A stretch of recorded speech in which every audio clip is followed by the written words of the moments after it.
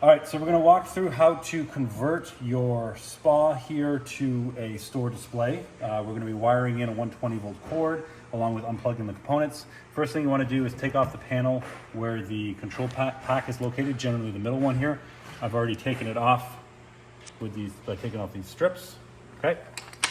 And we're gonna slide this to the side. We're gonna roll up the, blanket here, and then you get access. This is called the control pack. Okay, so this control pack, the screws at the top, you gotta unscrew here and here. This is just a Phillips. This is gonna come out, okay? And the first thing you wanna look at in the control pack, this is your wiring diagram. So it's got all the components located directly on here and where they are. What we're gonna be walking through today is one, wiring in the 120. So your white and your black here into the terminal block. And we're gonna be unplugging the other components, including the heater. We're gonna unplug. We're gonna unplug pump 2. We're gonna unplug pump 1, and we're gonna unplug the ozone. Okay, so all of these will be unplugged, so the unit is just gonna operate on the lights and the speakers in the system, okay? So,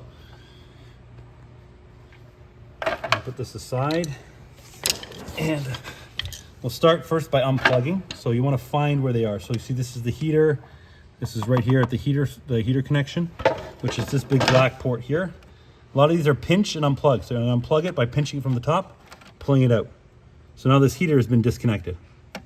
Okay, and you're going to leave that there. Now that heater will no longer activate when you run 120 into it for the store display, which is exactly what we want. Remember, this is a store display. It's going to be dry. Ozone right here. We want to unplug that. That's this one right here. I'm gonna pinch it from the top and the bottom and unplug it. Okay, these connections, it'd be a good idea to put a piece of tape around it and label it, so when you sell the display, you can know which one goes where, and you can label which point they go back into. But these connections only go in one way. As you see, there's a flat side and then a round side, so this can only go in one way. All right, you take off the ozone. I'm gonna take off pump 1.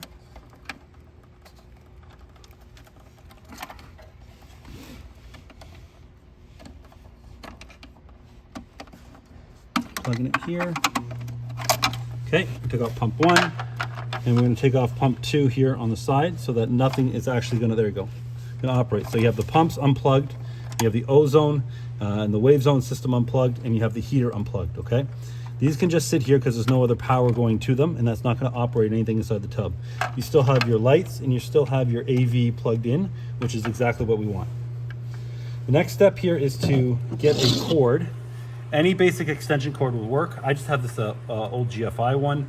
It's got to have a male end, and then you want to cut off the female end until you can actually get to the actual wires for your neutral, your hot, and your ground. And we're going to actually wire this into the terminal block. So you're going to put this through side like this, so your wires come in.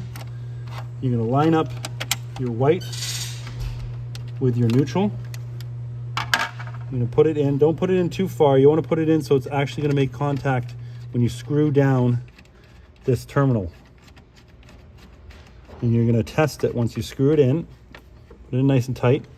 You're gonna try to pull. If you can't pull it out, it's made connection. And do the same thing with this hot.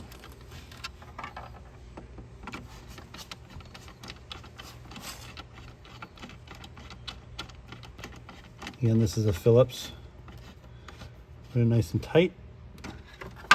Try to pull it out. Good, that's in nice and snug. And then the ground actually go down here. There's a tiny little hole that actually comes out to this ground bar over here. What we're going to do is loosen this side of the ground. This will actually slide into, there we go. You see it come out right here? This is that wire right here.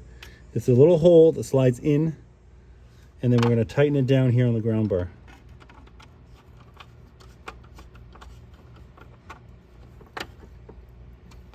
Test that. There you go. Now when you go to plug this in, you're going to power up the lights, the speakers, the audio system. Obviously, you close everything back up, and you're good to go.